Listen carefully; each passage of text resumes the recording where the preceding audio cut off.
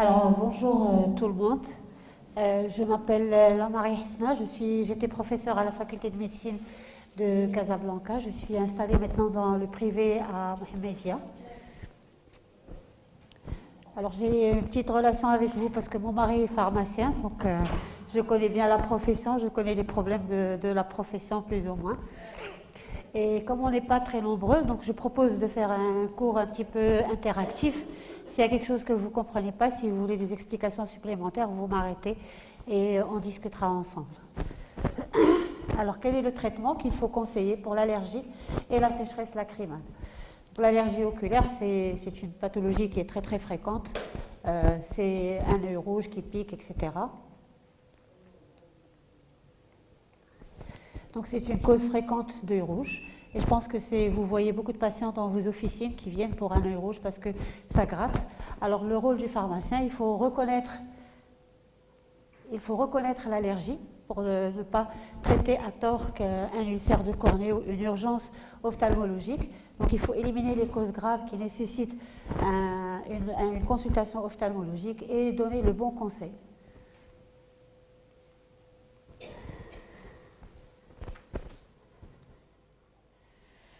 Donc, et surtout, moi, le message que j'aimerais faire passer, c'est attention aux corticoïdes, parce que ça pose énormément de problèmes, avec le risque de perforation d'ulcère, le risque de corticodépendance, le risque de glaucome, parce que les patients, quand ils voient l'ophtalmo pour une allergie, on prescrit un antihistaminique et un corticoïde, et le patient se rend très vite compte que c'est le corticoïde qui le soulage le plus vite, et automatiquement il s'automédique au corticoïde.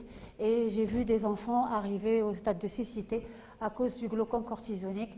Bon, la cataracte cortisonique, elle a des solutions, mais le glaucome cortisonique, c'est une cécité définitive.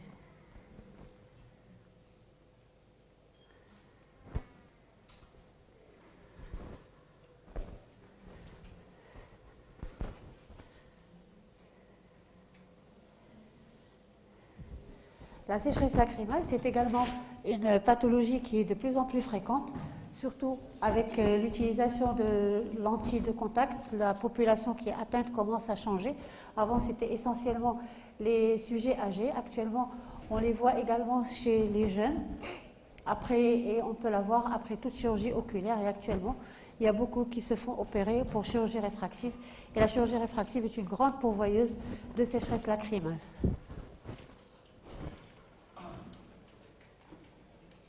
Alors, comment reconnaître l'allergie oculaire? Le prurite, c'est le maître symptôme. Il est très fréquent et les patients vont souvent vous dire que le prurite est localisé au niveau de l'angle interne de l'œil, surtout au niveau du canthus interne. Et ces frottements oculaires, c'est quelque chose qu'il faut absolument éviter parce que le fait de se frotter les yeux, ça fragilise la cornée et ça expose au risque de kératocone, c'est-à-dire à la déformation progressive de la cornée qui peut nécessiter un port de lentilles et peut-être même une greffe de cornée. Le deuxième signe clinique, c'est la rougeur oculaire. La rougeur, elle est inconstante. Elle est variable en fonction du degré aigu ou chronique. Quand c'est une allergie qui est aiguë, le patient va venir avec un œil très très rouge. Par contre, quand c'est une allergie chronique, l'œil va être beaucoup plus calme. Et la caractéristique de cette rougeur, c'est que la rougeur est diffuse. Vous voyez que toute la conjonctive est rouge, il n'y a pas une localisation particulière, toute la conjonctive est rouge. Et la deuxième caractéristique importante dans la rougeur oculaire qui est liée à la sécheresse lacrymale, c'est le fait que ça soit bilatéral. Quand vous avez une rougeur unilatérale, il faut tiquer. Ça peut être une conjonctivite virale, ça peut être un ulcère. Une conjonctivite allergique, c'est toujours bilatéral. Ça peut être un petit peu asymétrique, mais c'est toujours bilatéral. Alors l'œdème palpébral, il est associé surtout dans les formes aiguës. On peut avoir un œdème très important, ou bien ça se voit également, comme ici chez ce patient qui a présenté une allergie au collyre. Donc vous avez une rougeur avec un œdème palpébral.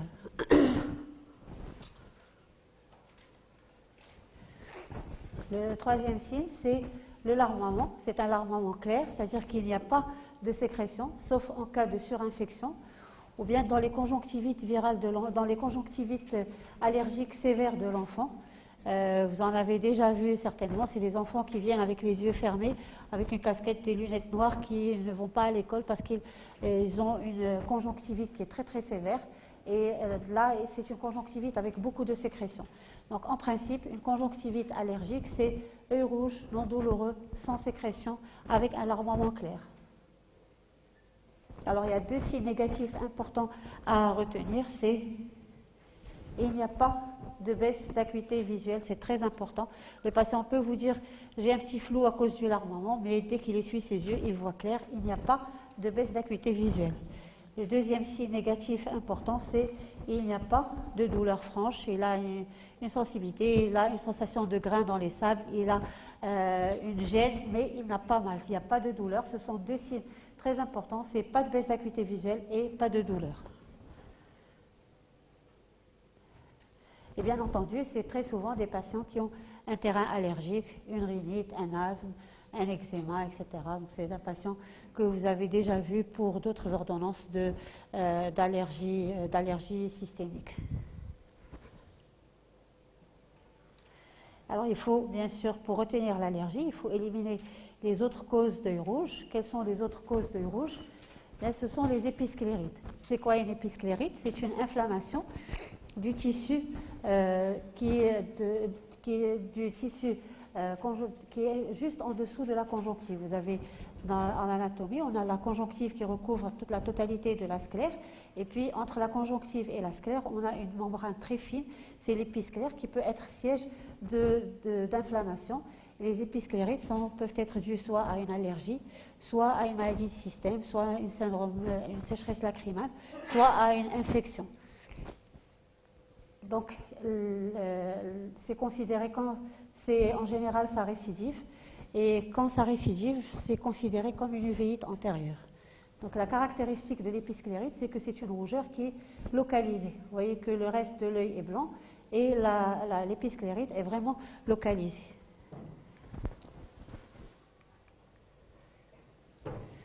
Là, bien sûr, c'est des patients à adresser parce que vous allez donner un traitement, si vous donnez des corticoïdes ou un anti-inflammatoire non stéroïdien, ça va régler le problème et puis ça va récidiver au bout. Dès qu'il va arrêter le traitement, ça va reprendre. Deuxième diagnostic différentiel, ce sont les hémorragies sous-conjonctivales. Ça, je pense que tout le monde sait les reconnaître. C'est une tache de sang rouge qui est plus ou moins étendue. Quand elle bombe, elle a tendance à s'étendre. Et très souvent, c'est un patient qui est très très angoissé, qui vient parce que sa famille a vu une tache rouge d'apparition brutale.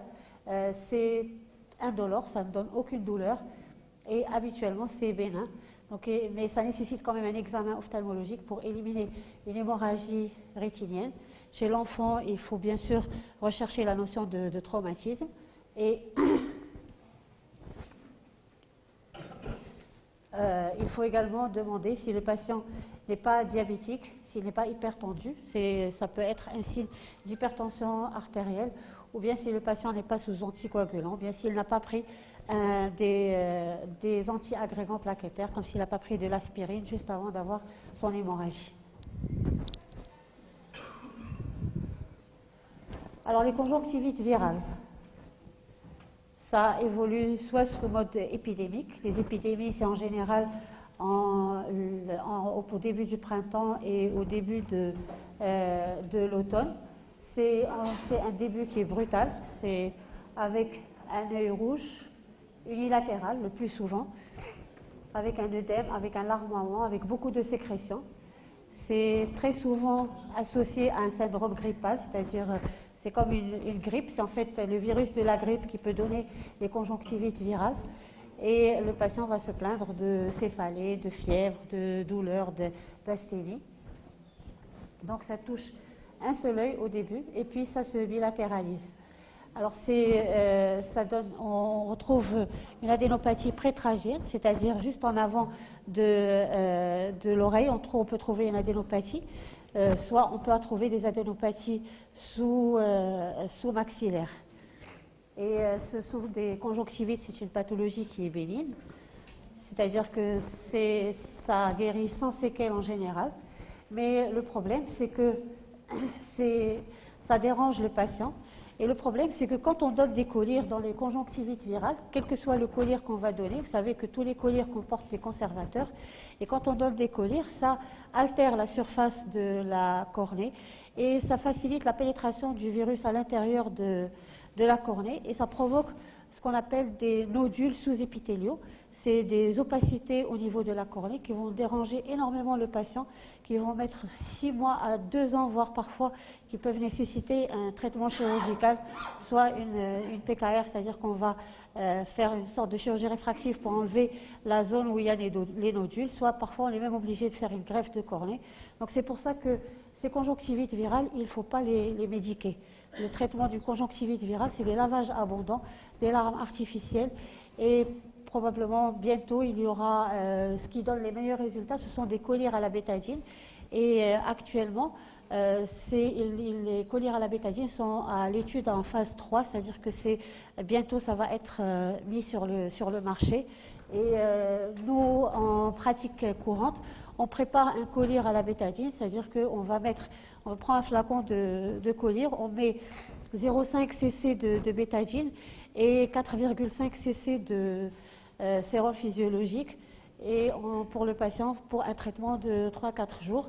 Ça permet de stériliser. Vous savez que la bétadine jusqu'à présent c'est le meilleur produit pour stériliser la surface oculaire. Donc quand on met une goutte de bétadine, ça nous permet de stériliser la surface oculaire. Donc ça diminue la durée où on a le virus sur la surface de l'œil et ça facilite la guérison et ça diminue la contagiosité. Donc parfois on peut avoir des sécrétions hémorragiques, des larmes de sang qui inquiètent beaucoup le patient. Il ne faut pas s'inquiéter. Quand c'est hémorragique, en général, c'est des virus intestinaux qui donnent ça. Pardon ?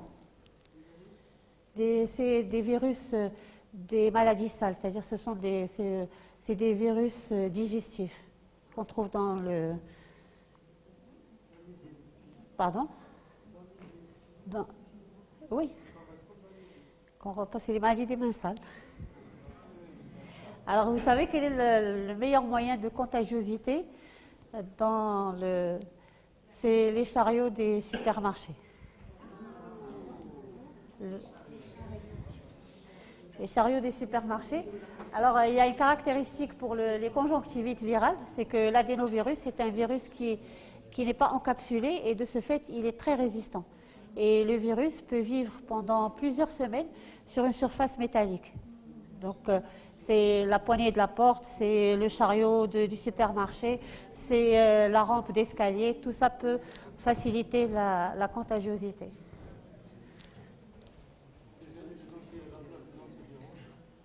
Les antiviraux n'ont aucune place parce que seulement 20% des virus sont sensibles aux antiviraux.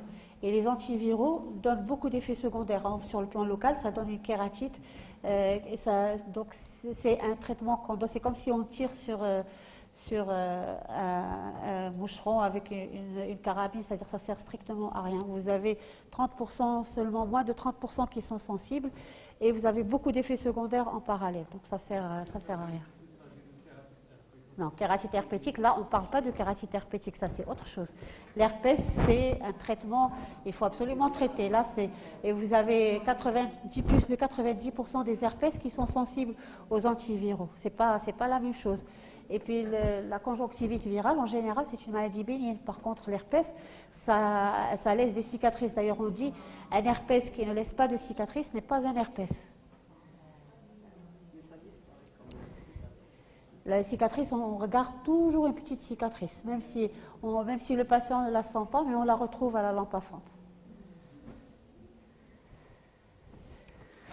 Donc, comme je l'ai dit, c'est une affection qui est bénigne, avec le risque de nodules cornéens qui sont très gênants sur le plan visuel. Donc, il faut absolument éviter les collyres. Et le problème, c'est que des fois, on reçoit des patients qui ont eu 5-6 collyres dans les yeux et qui ont des yeux qui font des réactions toxiques et des kératites toxiques qui font des réactions allergiques aux produits alors qu'ils n'en ont pas vraiment besoin.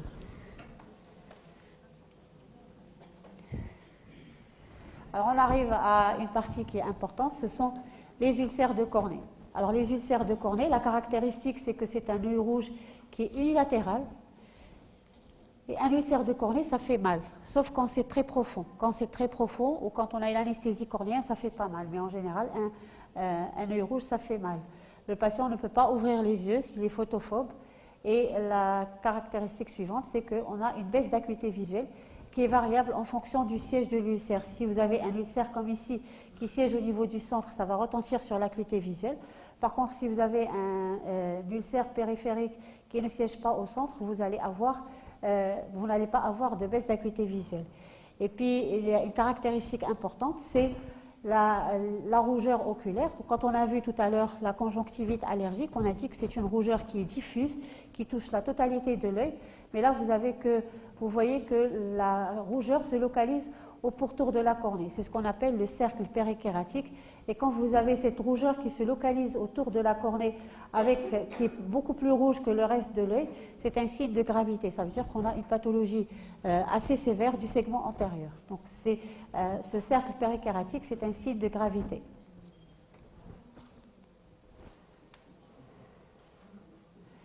Alors bien entendu, quand on a un ulcère de cornée, c'est une contre-indication absolue aux corticoïdes. Pourquoi? Parce que les corticoïdes diminuent l'immunité, donc ils favorisent la surinfection. Deuxièmement, les corticoïdes empêchent la cicatrisation et favorisent du fait qu'il n'y a pas de cicatrisation, l'ulcère devient de plus en plus profond et il se perfore. Et on a vu des ulcères, par exemple des ulcères herpétiques, se perforer après 24 heures de corticoïdes.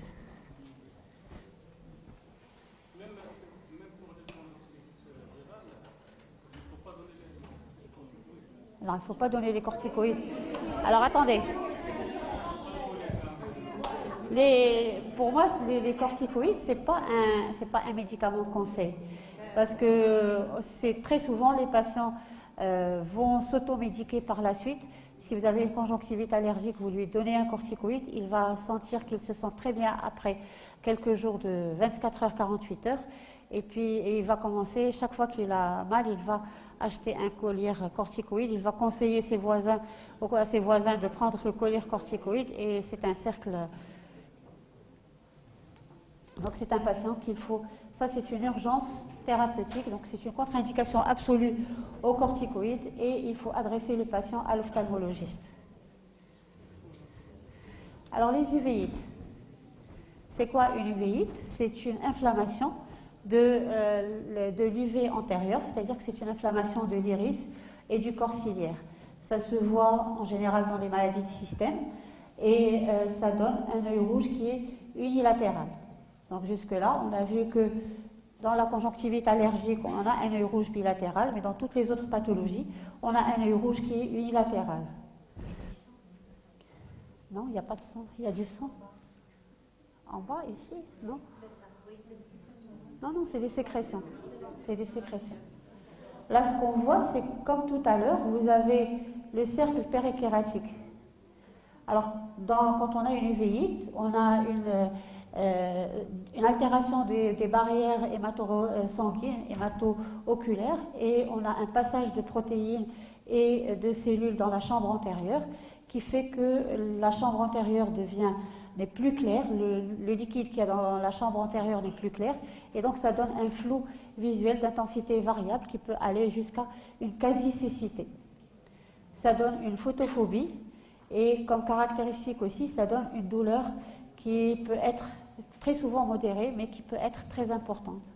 Alors, on a également un larmoiement, et comme on l'a dit tout à l'heure, vous avez le cercle périkératique qu'on voit ici, c'est-à-dire on a un œil qui est rouge, mais avec une rougeur plus importante localisée autour de la cornée qui témoigne de la gravité de l'atteinte du segment antérieur.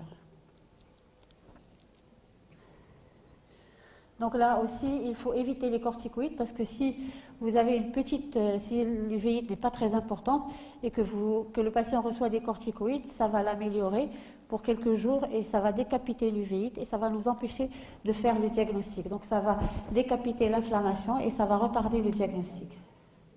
Pardon ? Donc là aussi, c'est une prise en charge dans un milieu spécialisé.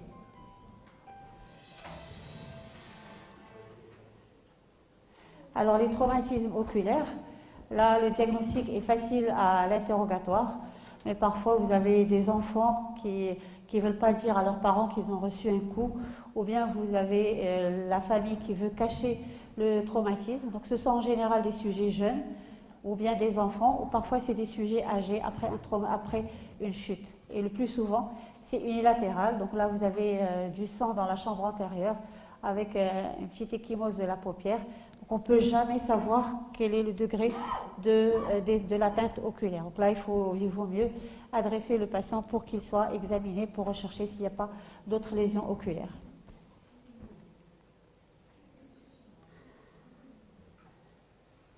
Donc au total, quand on a, pour poser le diagnostic d'une allergie oculaire, c'est un œil rouge bilatéral. La bilatéralité, c'est un signe qui est très important. Donc c'est les deux yeux qui sont rouges, ce n'est pas un seul œil qui est rouge.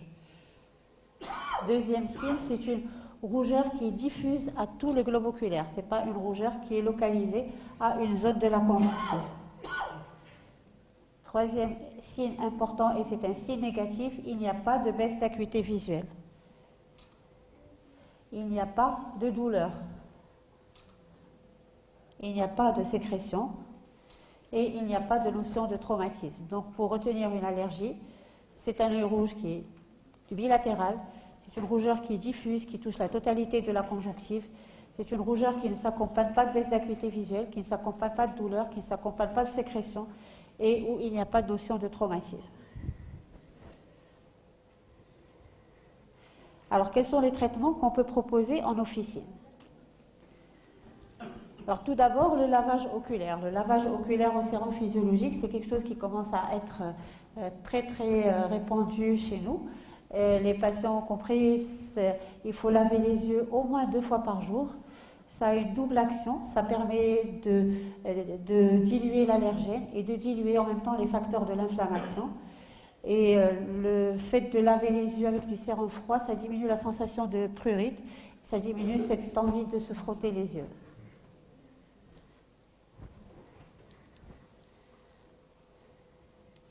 Alors on arrive aux corticoïdes. Alors pour moi, les corticoïdes, ce n'est pas un médicament conseil. Et il y a beaucoup de laboratoires qui promotionnent ces médicaments en officine, mais c'est un médicament que nous-mêmes, ophtalmologistes, quand on veut le prescrire, on réfléchit à 2 fois avant de le prescrire et on avance aux patients qu'il ne faut pas renouveler l'ordonnance, qu'il ne faut pas reprendre le traitement, que c'est un traitement qui est dangereux, qu'il ne faut pas dépasser la durée de traitement prescrite. Parce qu'il y a le risque d'automédication. Le corticoïde coûte beaucoup moins cher que les autres. Et les corticoïdes qui ne donnent pas beaucoup d'effets secondaires sont plus chers que les autres. Deuxième élément, c'est que ça donne un effet rebond à l'arrêt du traitement. Il y a certains patients qui vont mettre des corticoïdes pendant une dizaine de jours. Le jour où ils vont arrêter, 3 jours après, c'est un œil rouge inflammatoire très important qu'on a beaucoup de mal à récupérer par la suite. Troisième chose, c'est la corticodépendance. C'est quoi la corticodépendance? C'est-à-dire que le patient, s'il ne met pas ses gouttes, il aura l'œil rouge. S'il travaille, il va vous dire « moi je ne peux pas aller au travail avec les yeux rouges, ils vont penser que je fume ou que je bois, donc il faut que je mette des colliers pour ne pas avoir les yeux rouges ». Et puis, sans oublier les complications graves, c'est-à-dire la perforation d'ulcère. Alors quand on a une perforation d'ulcère, c'est un œil qui est perdu sur le plan fonctionnel ou sur le plan anatomique. Sur le plan fonctionnel, parce qu'il va garder une cicatrice cécitante, et sur le plan esthétique, une cicatrice blanche sur l'œil, c'est pas très joli à voir. Et sinon, la perforation d'un ulcère, ça expose au risque d'infection, d'endophthalmie et à la perte anatomique de l'œil. Donc c'est une complication qui est très grave. La cataracte cortisonique, c'est une cataracte qu'on peut récupérer parce qu'on peut opérer un patient pour une cataracte, c'est facile d'opérer un patient pour une cataracte, mais si c'est un sujet jeune, il va perdre la vision de près, il va être obligé de porter des lunettes, une correction en vision de près, etc. C'est pas non plus, c'est une complication qu'il faut quand même éviter.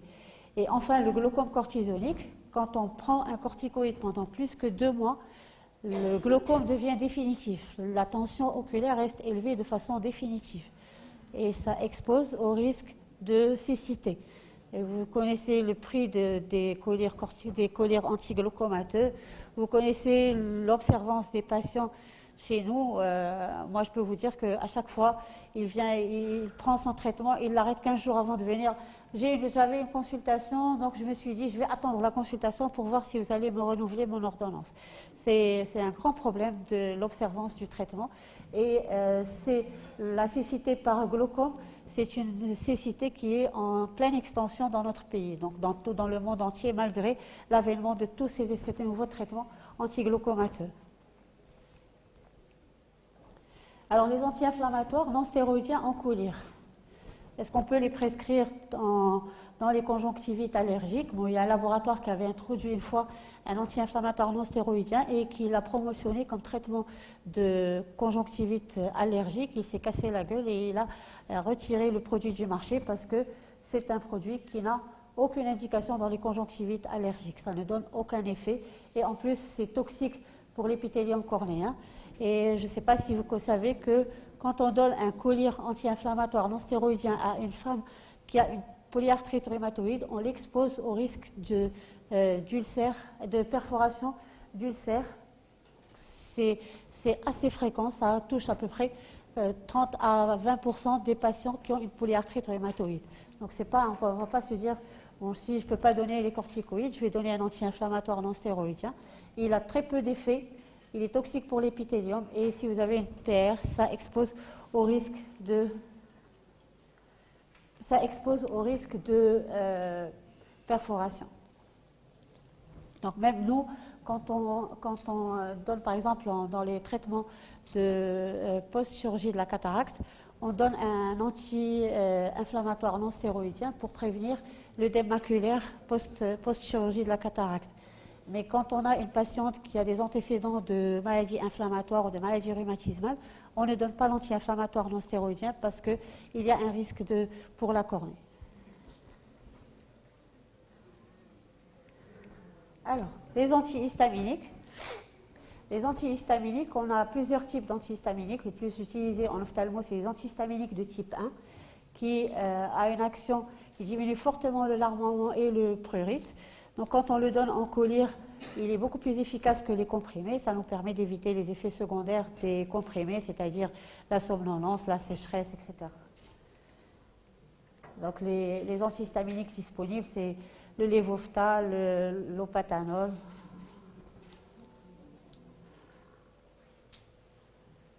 Les antihistaminiques peuvent être, vous pouvez les donner sans problème.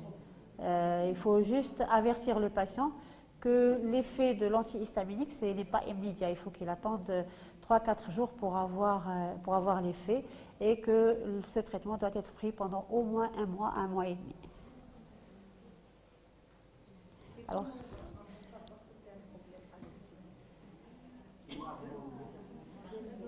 c'est-à-dire c'est ce que j'ai dit tout à l'heure.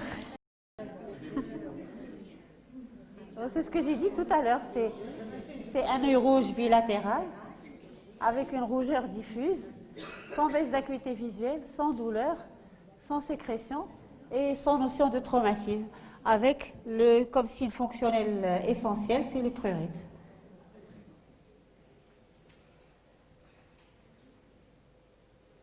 Les antidégranulants mastocytaires, c'est comme le chromoglycate de sodium ou le NABAC. Lui, ce n'est pas un traitement de l'allergie, c'est un traitement préventif de l'allergie. C'est-à-dire qu'on le donne chez quelqu'un qui a un terrain allergique pour éviter qu'il dégranule ses mastocytes.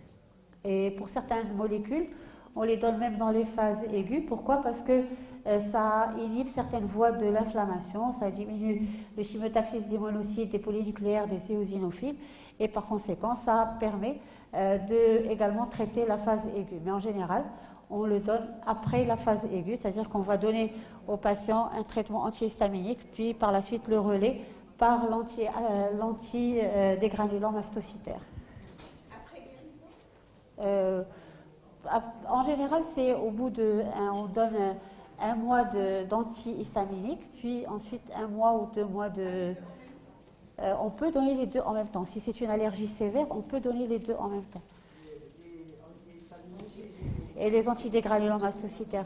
Ce qu'il faut éviter de donner, c'est 2 antihistaminiques en même temps, ou bien 2 antidégranulants mastocytaires en même temps. Alors là, on va parler de l'ectoïne. L'ectoïne, c'est une nouvelle molécule. Enfin, c'est pas une nouvelle molécule, c'est une molécule qui existe depuis longtemps, qui a été découverte en 1985. Elle est présente dans les organismes vivant dans les conditions extrêmes, c'est-à-dire les déserts, les milieux salés, les glaciers, etc. Et elle est utilisée en cosmétique depuis 2001 comme crème hydratante. On va y arriver. En spécialité, c'est le produit du laboratoire, c'est la bétadine soustine relief.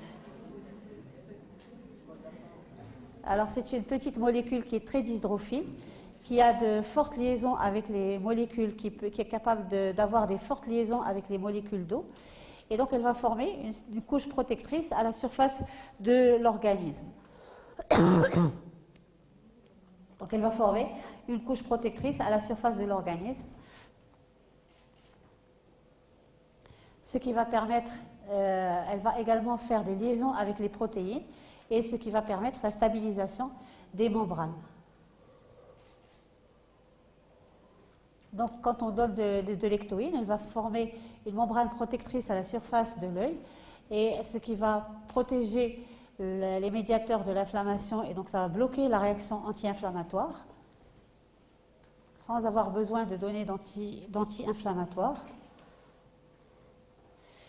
Et par conséquent, pour moi, ça constitue un médicament conseil par excellence. Pourquoi? Parce que c'est une substance naturelle. C'est une action qui est strictement locale. Il n'y a pas de passage systémique. Il y a très très peu d'effets secondaires. Et elle a une efficacité clinique qui est prouvée. Donc on peut l'administrer seul ou en association avec les antihistaminiques, avec une durée de traitement de 2 mois à peu près. Pardon? Oui, 2 mois, c'est... Parce que le problème de l'allergie, c'est qu'il faut très bien traiter de façon... Et il faut être efficace et pendant suffisamment longtemps. Sinon, dès que le patient va arrêter le traitement, ça va reprendre et il va revenir vous voir, ou bien il va changer de médecin, ou il va changer de personne pour se faire traiter. Alors, on passe à la deuxième partie, c'est la sécheresse lacrymale. L'ectoïne, il y a 2 qui sont commercialisés au Maroc. C'est l'Ilo Dual.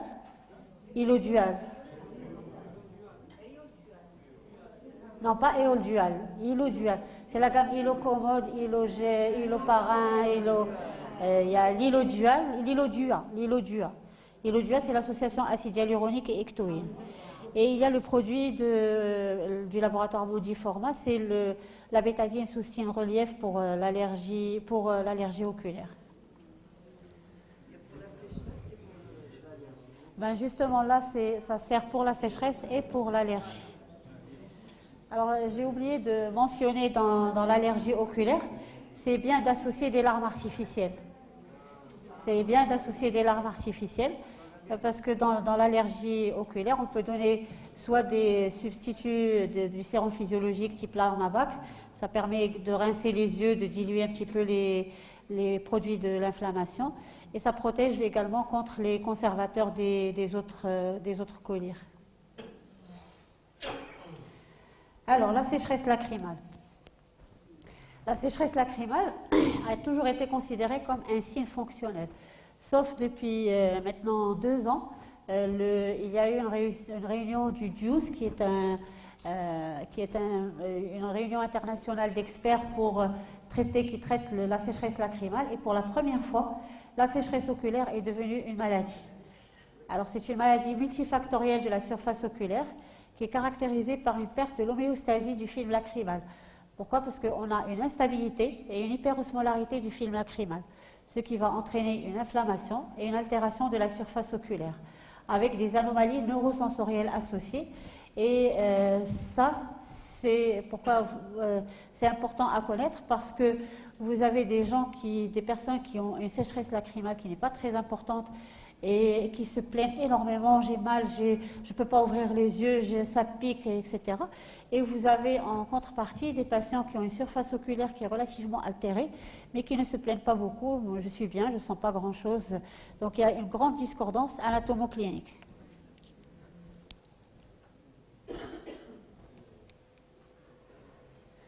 Donc c'est une pathologie qui est très fréquente. Du sujet jeune, c'est 15 à 30% des personnes de plus de 65 ans. Ça constitue à peu près 25% des consultations. Et moi, personnellement, c'est un malade sur deux sort avec une ordonnance avec des larmes artificielles. En augmentation chez les jeunes, du fait du port de lentilles de contact et de la chirurgie réfractive, et également le travail sur écran, parce que quand les personnes travaillent sur écran, et le nombre de clignements diminue. Ce n'est pas la lumière, c'est le nombre de clignements qui diminue. Avec, en plus de ça, vous avez le ventilateur de l'ordinateur, vous avez le système de climatisation de la chambre, et automatiquement, ce sont des yeux qui deviennent secs. C'est également la même chose pour les conducteurs, les gens qui conduisent le soir, ou les véhicules, les conducteurs de bus, etc. Ils sont obligés de garder les yeux ouverts. Le clignement diminue, ils ont très souvent des problèmes de sécheresse lacrymale. Alors c'est une maladie qui est chronique, et du fait de sa chronicité, ça va retentir sur la qualité de vie du patient. Et quand il y a eu une étude qui a jugé le retentissement de la sécheresse lacrymale sur la qualité de vie du patient, et il y a même des personnes qui ont dit qu'il pourrait arriver au stade de suicide à cause de la sécheresse lacrymale, parce que c'est quand il se réveille le matin, il a du mal à ouvrir les yeux, quand le soir, il a des yeux rouges, ça pique, et quand il veut lire, au bout d'un certain temps, il n'arrive plus à lire, donc c'est quelque chose quand même qui est très gênant dans la vie quotidienne. Alors le mécanisme, on a deux types de mécanismes, soit une diminution de la sécrétion, soit une instabilité de la couche aqueuse. La diminution de la sécrétion, ça se voit essentiellement dans le Gougerot-Sjogren. C'est une maladie des glandes, c'est une maladie inflammatoire auto-immune des glandes. Dans beaucoup de maladies auto-immunes, en particulier la polyarthrite rhumatoïde, à la ménopause, il y a beaucoup de médicaments qui donnent une anomalie, une diminution de la sécrétion lacrymale, à savoir les antihistaminiques, par voie générale. Vous avez les anti-acné, les rétinoïdes. Vous avez également tous les médicaments psychotropes, que ce soit les antidépresseurs ou les neuroleptiques. Surtout les neuroleptiques donnent énormément de sécheresse lacrymale. Chaque fois qu'on touche à l'œil, chaque fois qu'on fait une chirurgie oculaire, ça entraîne une altération, une diminution de la sécrétion lacrymale. Et puis vous avez l'instabilité de la couche aqueuse qui se voit dans l'allergie. C'est l'instabilité de la couche aqueuse, c'est dû, vous savez que le film lacrymal est composé de 3 couches. Vous avez la couche superficielle, c'est des lipides, et c'est ce qui permet d'éviter l'évaporation des larmes. Ensuite, vous avez une couche muco-aqueuse avec de l'eau et des mucines. Alors quand vous avez une instabilité quand vous avez la couche lipidique qui est altérée, ça donne une instabilité de la couche aqueuse, et ça se voit dans les allergies, ça se voit dans la rosacée. Vous connaissez la rosacée, c'est des personnes qui ont des taches rouges sur le visage, ils font des chalazions à répétition. Les bléphaриtes, c'est les patients qui ont des croûtes sur les paupières. Le port de lentilles de contact à cause des produits d'entretien, et les conservateurs des collyres. Mais très souvent, on a les deux mécanismes qui sont intriqués. Alors, il faut reconnaître la sécheresse lacrymale. Quelles sont les plaintes du patient? Il peut vous dire, j'ai juste petite gêne oculaire, un flou visuel intermittent. Pourquoi un flou visuel intermittent? Parce que le film lacrymal est indissociable de la cornée, et il joue un rôle optique très important. Donc, quand on cligne, on étale le film lacrymal sur la cornée, et au bout d'un certain temps, ce film lacrymal va se rompre à certains endroits, et ça déclenche le clignement suivant. Quand les gens qui ont un syndrome sec, ils vont cligner beaucoup plus souvent parce que le film lacrymal se rompt très, très vite. Et puis quand le film lacrymal se rompt, on a une mauvaise qualité de vision parce qu'on n'a plus cette surface oculaire qui est lisse grâce au film lacrymal. Et donc le patient va vous dire que j'ai une vision floue de façon intermittente. Troisième élément, c'est la sensation de corps étranger ou de grains de sable. Ça, c'est pas un signe caractéristique de la sécheresse lacrymale. Ça peut se voir également dans l'allergie, dans beaucoup de pathologies oculaires. La difficulté d'ouverture matinale des yeux, là, c'est un signe qui est très, très, très évocateur de sécheresse lacrymale. Pourquoi? Parce que le film lacrymal, on peut le considérer comme la synoviale d'une articulation. C'est ce qui permet à l'œil de glisser facilement avec les paupières. Donc, quand on a une sécheresse lacrymale, le soir, les yeux sont fermés, les paupières vont coller à la surface oculaire et le patient va avoir du mal à ouvrir les yeux. Il va vous dire, il faut que je me lave les yeux pour les ouvrir, il faut que je mette des gouttes pour ouvrir les yeux le matin. Il y a également le bruit au clignement des paupières, ou bien quand il se frotte les paupières, il vous dit, quand je me frotte les paupières, j'entends comme un bruit de claquement. C'est dû à la sécheresse lacrymale. Et puis il y a des patients qui viennent vous dire, j'ai la sensation d'œil sec, je ne pleure pas, je n'ai pas de larmes dans les yeux, quand je découpe les oignons, ça ne pleure pas.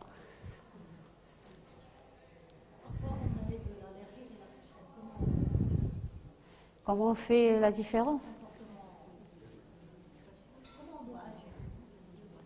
Comment différencier que c'est? Est-ce que c'est... Comment savoir que c'est mixte? Ben là, c'est l'examen qui peut vous dire ça. Parce qu'il y a des signes d'examen qu'on voit dans la sécheresse. Et puis, très très souvent, vous avez les deux associés. Et comme je l'ai dit tout à l'heure, personnellement, j'associe toujours des larmes artificielles au traitement de l'allergie. C'est parce que l'allergie, le traitement de l'allergie, le fait de se frotter les yeux, tout ça, ça entraîne une altération du film lacrymal. Et quand vous donnez les larmes artificielles, ça va à la fois soulager votre patient, ça va diminuer, ça va un petit peu diluer l'allergène et les protéines de l'inflammation, et vous aurez une action sur les deux. L'allergie est fréquente chez les enfants. Est-ce qu'on peut dire la même chose pour la sécheresse? C'est fréquent chez les enfants? Non, la sécheresse, c'est pas fréquent chez les enfants. La sécheresse, c'est plus fréquent chez les personnes âgées. C'est à partir de chez la femme ménopausée et au-delà. La sécheresse, mais ça ne veut pas dire qu'il n'y a pas de sécheresse chez les enfants. Des patients qui mettent des collyres au long cours, ils vont avoir une sécheresse lacrymale. Les patients qui ont un glaucome, qui mettent des gouttes, les antiglaucomateurs au long cours, vous allez avoir, d'ailleurs, je pense que vous les reconnaissez quand ils rentrent chez vous, ils ont des cils qui sont longs, ils ont des yeux qui sont rouges. On les reconnaît dès qu'ils rentrent en salle de consultation, on reconnaît un patient qui est sous antiglaucomateur. Il n'y a aucun problème à associer des larmes artificielles à un traitement de l'allergie, il n'y a aucun mal. Chez les enfants aussi? Même chez les enfants. Et les antihistaminiques par voie orale? Les antihistaminiques par voie orale n'ont pas d'action. C'est-à-dire qu'il faut, si vous mettez un antihistaminique en collyre, au bout de 48 heures, il commence à avoir une action. Si vous donnez un antihistaminique par voie générale pour une allergie oculaire, il lui faut 1 semaine à 10 jours pour avoir une action au niveau des yeux. Donc, c'est pas intéressant.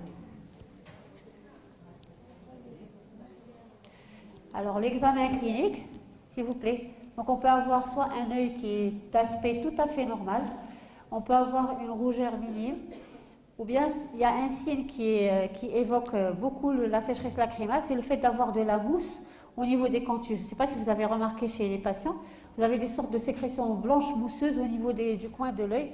C'est très évocateur de la sécheresse lacrymale. Et on peut avoir soit un œdème ou une rougeur du bord libre des paupières quand on a une blépharite associée. Alors quand on a un patient, quand on pense à une sécheresse lacrymale, il faut rechercher une prise médicamenteuse, le port de lentilles de contact, une chirurgie réfractive, des collyres au long cours antiglaucomateux, surtout les antiglaucomateux, les antihistaminiques par voie orale, les rétinoïdes pour le traitement de l'acné, les antidépresseurs, les anxiolytiques, donc il y a même certains antihypertenseurs pour certains traitements de l'hypertension artérielle également peuvent donner des sécheresses lacrymales comme les diurétiques par exemple. Les psychotropes, tous les psychotropes, en particulier les neuroleptiques. Donc on recherche une maladie rhumatismale type gouge rouge aux graines ou polyarthrite rhumatoïde. Et toute chirurgie oculaire, quelle que soit la chirurgie oculaire, que ce soit une chirurgie réfractive, que ce soit une chirurgie de la cataracte, tout ça, ça donne une sécheresse lacrymale. Donc au total, la sécheresse lacrymale, ça donne un œil rouge, soit on peut avoir une rougeur, soit on peut avoir une conjonctive qui est normale. Ça donne parfois une rougeur diffuse mais minime.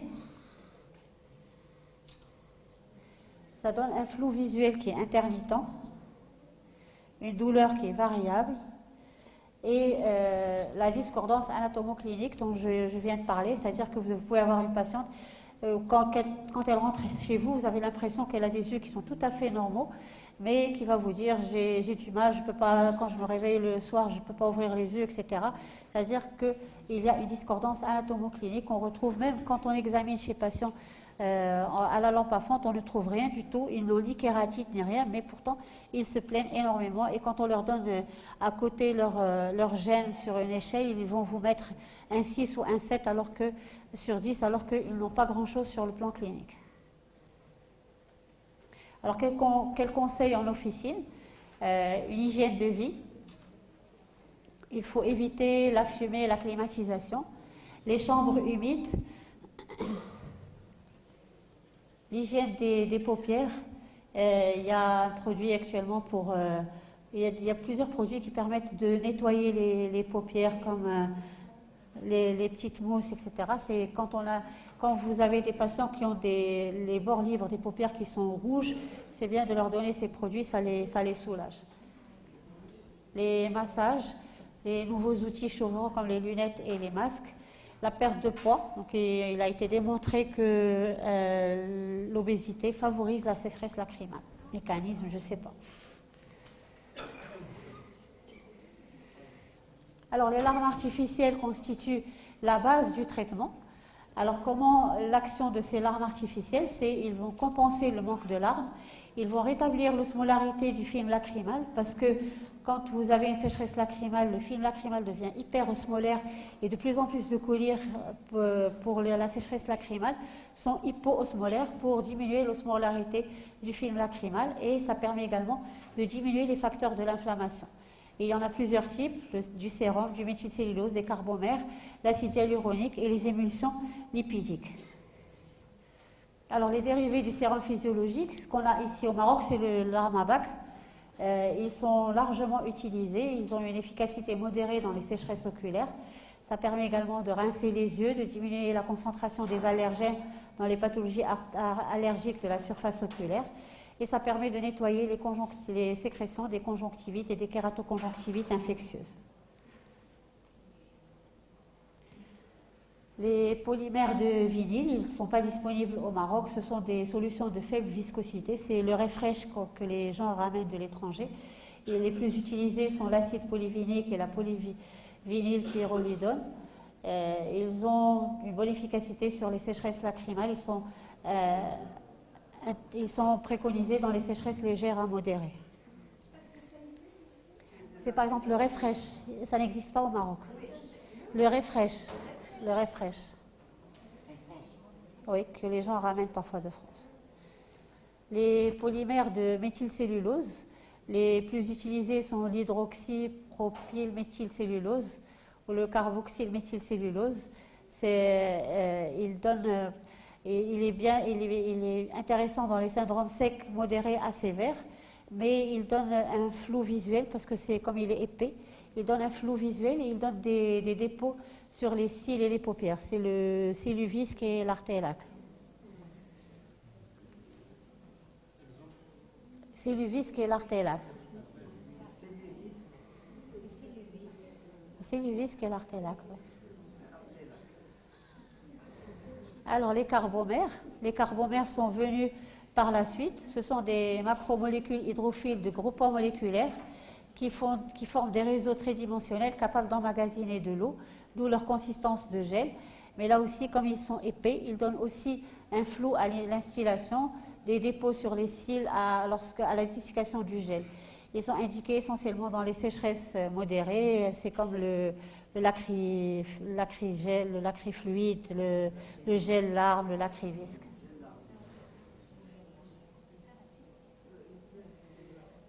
Et puis ensuite, on a l'acide hyaluronique. Bon, l'acide hyaluronique, c'est un glycoaminoglycane qui est présent en grande quantité dans le vitré, mais aussi dans la matrice extracellulaire du derme et dans le liquide synovial. Et il est chargé négativement, ce qui permet de piéger les molécules d'eau, et donc il a une bonne capacité de lubrification. La viscosité augmente avec la concentration principe actif et diminue avec la température. Alors la concentration idéale, c'est entre 0,3 et 0,4%. Il a également une action sur la cicatrisation épithéliale, la protection contre la toxicité de certains conservateurs. Donc il est indiqué dans les sécheresses modérées à sévères, et là actuellement on a un très grand nombre d'acides hyaluroniques. Oui, aussi flou visuel. Et bon, pour éviter le flou visuel, il faut dire aux patients de mettre la goutte, de fermer un petit peu les yeux pour chauffer la goutte et pour qu'elle se dilue, et puis ensuite d'ouvrir les yeux, ça permet d'éviter le flou visuel. Et pour les gels, en général, les patients, quand ils voient la pommade, ils mettent de la pommade sur tout l'œil. Il faut mettre juste une petite noisette au niveau. Si, ils sont plus denses. C'est pour ça qu'on les donne le soir. Ils sont plus denses, c'est pour ça qu'on les donne le soir. Voilà. Pardon ? Les effets secondaires des larmes artificielles.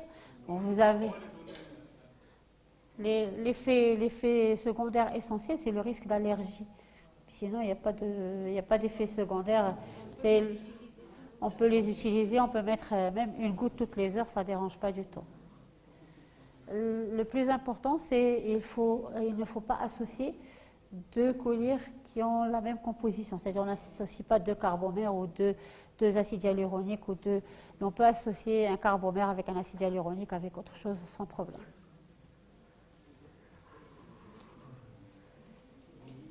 Alors les émulsions lipidiques, sont indiquées surtout dans les cas où on a une déficience de la couche lipidique. Ce qui est disponible actuellement, ce sont les nano-émulsions cationiques. C'est comme le cationorm. Il y a un nouveau qui vient d'être commercialisé, c'est le Neovisc Total, je crois. Lui aussi, c'est une émulsion lipidique. Il peut exister, et le Liposic aussi contient sous forme de gel ou de collyre, et il est indiqué essentiellement dans les sécheresses modérées. Et on arrive encore à l'ectoïne.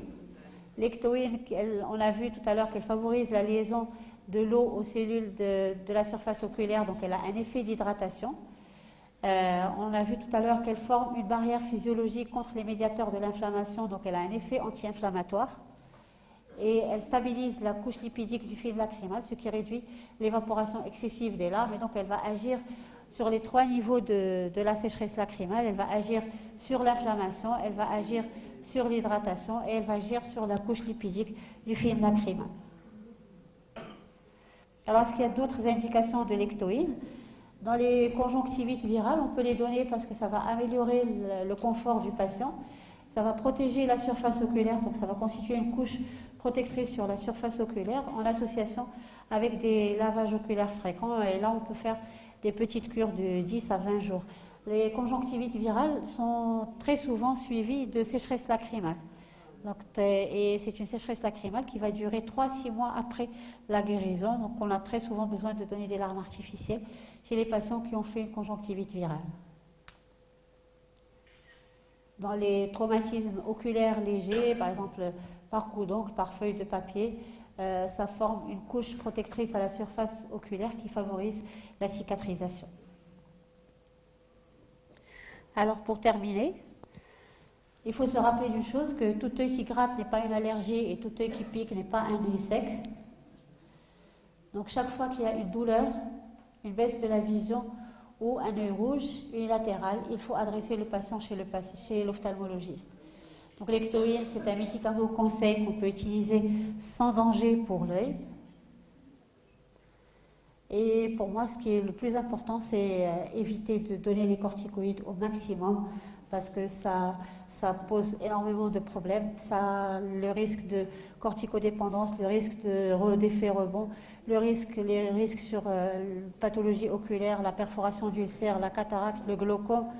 Et parfois, ça retentit également sur le diagnostic. Quand on donne des corticoïdes à une uvéite, ça décapite l'uvéite et on ne fait pas le diagnostic et ça retarde le traitement et la prise en charge du patient. Et je vous remercie.